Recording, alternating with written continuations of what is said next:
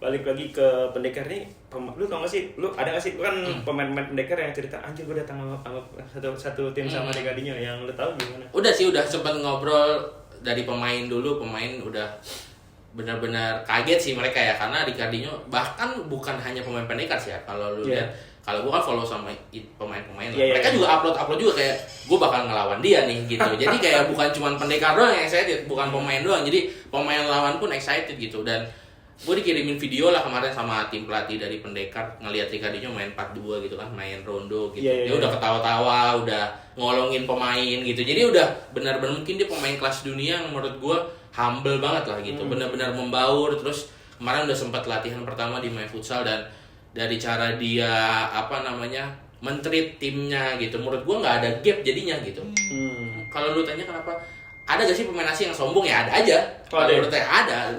Kita track record gitu, pemain futsal yang nggak mau membaur ada gitu. Oh, gue pikir di sepak bola doang gitu. Oh enggak, justru Ricardinho tuh salah satu yang menurut gue udah paling top, terus humble kan. Kelihatan kok dari cara dia, meskipun gue belum ketemu ya. Gue udah ketemu, humble kan gitu. Dari videonya, dari dia ngerangkut anak-anak muda di pendekar gitu, benar-benar misalnya dikolongin atau apa sambil bercanda, itu menurut gue itu udah jarang lah pemain asing kayak gitu. Jadi menurut gue itu poin plus yang sangat baik gitu. Bahkan gue ngobrol juga sama pelatih dari pendekar kan, Coach BW gitu. Gue udah sempet ngeledek kan mau dipaketin sama siapa nih coach gitu. Kadang kan mungkin lu sebagai pelatih juga ngerasa apakah ilmunya dia lebih tinggi dari gua gitu kan.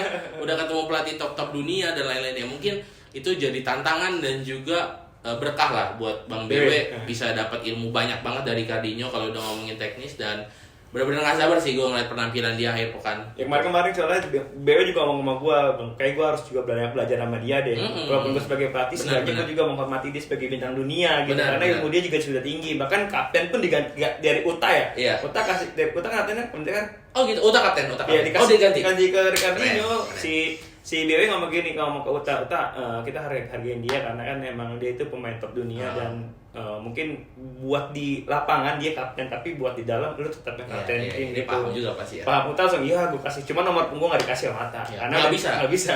Iya. Betul. Karena dari di FFV nggak bisa diubah. Atta juga bisa juga tuh. Wah, gua kalau Atta kosongin bisa kan? Kalau Atta nggak daftarin bisa.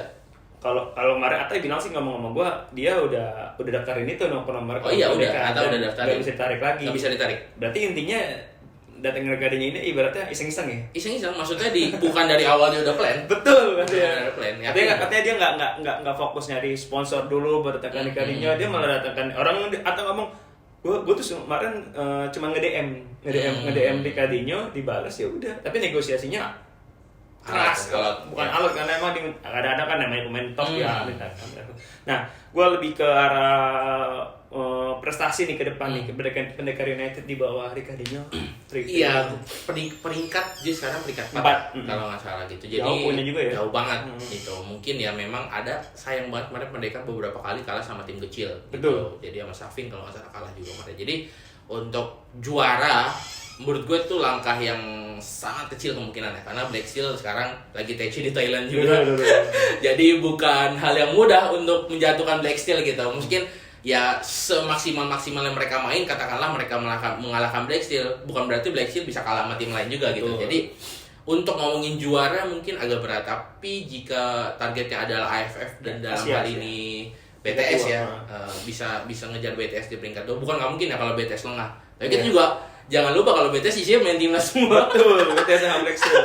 Jadi seru lah, maksudnya ini kan di atas dia Cosmo sama Bintang Timur Surabaya kan gitu. Jadi 4 tim ini ya sama Pendekar udah join lah ke grup dengan isinya pemain asing gitu kan.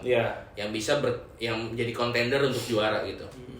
Ditambah sekarang Kancil ambil 2 pemain asing juga gitu, Iran sama Azerbaijan yang baru dikenalin sebentar lagi gitu. Jadi akan ada 5 kontender untuk 2 slot Asia gitu bahasanya ya. Kalau Black Steel nggak kepleset ya mungkin Black Steel udah kemungkinan besar juara. Cuman ada 1 slot berarti kan yang disisakan untuk 4 tim yang menurut gue dengan mereka mengambil pemain asing, menurut gue berarti 4 tim ini ngincar 1 slot untuk AFF Futsal Club di tahun depan gitu. Berarti kan ini juga ada perubahan format juga ya musim ini ya.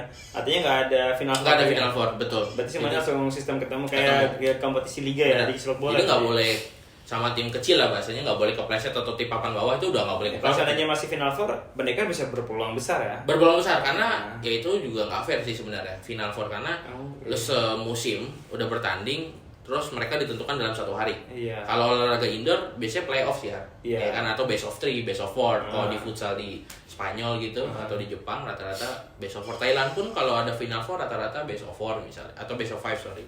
Jadi nggak langsung dalam 1 hari lo ditentukan. Kalau lo 1 hari ditentukan lo kan benar-benar kalau lagi apes atau ada satu pemain yang lagi nggak perform Iya, atau bener. cedera, nggak fair lah apa yang udah mereka lakukan semusim. Betul. Mereka peringkat 1 kalah sama peringkat 4 misalnya. Berarti lu lebih setuju dengan format seperti ini? Format seperti ini ya kita berjalan aja dulu setahun 2 tahun misalnya di musim ketiga mungkin bisa ada playoff kan kita nggak tahu. Gitu. Lu nih ini kan putaran kedua langsung main di Pontianak nih. Ricardinho kemarin gua ngomong di sini panas, di Jakarta aja panas, malam hari gila lu bayangin aja. Nah besok di Pontianak ya suhunya katanya lebih panas di sana. Nah, Lebih panas. Lu gimana tuh ngeliatnya? Ya jujur gue juga udah pernah ke Gor Pangsuma itu kan, dan itu memang bisa dibilang paling panas di antara gor-gor lain di Indonesia. Kenapa? Karena satu secara geografis kan dia Katulistiwa, Pontianak pun udah panas. Kedua gornya itu mungkin secara sirkulasi udara nggak sebaik gor lain gitu. Yeah. Jadi emang kayaknya udaranya emang agak panas. Nah kita bisa lihat 8 Pendekar main jam berapa kalau Pendekar? Pagi kan? Pertama pagi kan? Pagi jam 12. Iya pertama. Oh pertandingan pertama? Iya. Ya udah berarti emang kondisi ya nggak tahu ya, cuaca mungkin bisa disiasati dengan jam main sih ya. Gue nggak begitu concern dengan kecuali sepak bola kan. Kalau sepak bola lu main 90 menit cuaca panas lu nggak bisa diganti, tengah main minum segala macam. Kalau futsal itu kan Bisa di rolling ya? iya, lu misalnya performa lu tadinya 4 menit, lu bisa diganti 2 menit ganti paketan, 2 menit ganti paketan, minum, kasih es batu, segar lagi main. Menurut gua kalau di futsal nggak terlalu nggak terlalu berpengaruh besar banget seperti sepak bola. Kalau sepak bola kan lu nggak bisa diganti. Iya benar. Itu lu selama nanti berkurang. Iya, lu udah selama 90 menit misalnya lu sebagai pemain asing ya lu nggak bisa minta tolong untuk minum dulu atau apa gitu. Minum bisa, cuma diganti Iya, bisa. itu makanya. Jadi ya menurut gua nggak terlalu berpengaruh apalagi level Ricardinho sih gitu. Tapi kedatangan kemarin kata juga ngomong dia juga pengen ngambil Falcao malah dalam Breitbart, dan dia sendiri andai saja Falcao nggak pensiun ataupun mau main 1 bulan dia pengen ngebuatkan Falcao sama Ricardinho di Pendekar. Gila nggak sih kalau ngomong gitu? Ricardinho kan Falcao tapi nggak mau ya kayaknya. datangin Ricardinho aja gila, gimana Falcao sama Ricardinho? Ya mungkin itu impian semua fans futsal ya, Atta itu fans futsal kan. Benar. Gitu. Jadi kayak fans sama hobi jadiin satu kelar. betul. Kebetulan dia secara finansial Ada gitu kan. Jadi menurut gua udah ya mungkin dia akan mewujudkan itu misalnya itu possible gitu kan. Ya mungkin karena Falcao-nya udah pensiun jadi nggak mungkin gitu, nggak bisa gitu. Dan yang gua nanti malah pemain-pemain inceran dia nih di tahun depan kan sebenarnya. Pemain lokal. Pemain lokal karena sekarang kok kondisinya pemain lokal kan tersebar di 2-3 tim lah gitu. Jadi apakah Atta dari sekarang kan pasti dia lihat dong, wah si A bagus nih, si B bagus nih. Lu tau lah pemain-pemain inceran dia apalagi yang di timnas gitu. Yang mungkin sering di tag sama dia di Instagram gitu kan pasti dia udah ngincar tuh. Ya itu sih gue penasaran apakah dia akan membuat poros baru futsal karena dia akan membentuk super tim juga. Berarti kan kondisinya sekarang ada, kalau bicara sekarang ada 3 super tim, bahkan kalau kita hitung kancil ada 4 lah super tim. Kalau misalnya emang super tim itu yang bisa berpeluang juara lah ibaratnya. Kalau misalnya Atta tahun depan ini bisa memulai tim dari nol, menurut gua akan ada 5 tim baru 5 tim yang akan berpeluang gelar juara buat tahun depan gitu. Karena dia pasti akan nyomot-nyomotin pemain timnas dari klub-klub yang udah ada, mungkin dari BTS, dari Halus misalnya, atau dari Halus ya, itu teman ada tuh satu orang. kita nggak tahu ya tahun depan kayak gimana. Dan itu yang paling gue tunggu lah. Kita nggak usah ngelihat yang jauhnya dulu nih. Yang di lokalnya pasti dibongkar. Ya apalagi Ricardinho udah opsi perpanjangan kontrak. Kalau seandainya kayak nyaman main di sini, mungkin dia tertarik lagi setahun di Pendekar United, dan menarik juga pemain-pemain timnas yang datang ke sini ya. Lahir pertanyaan Gorak dari Gorak. Ada nggak sih pemain top level dunia juga yang pengen mengikuti Ricardinho?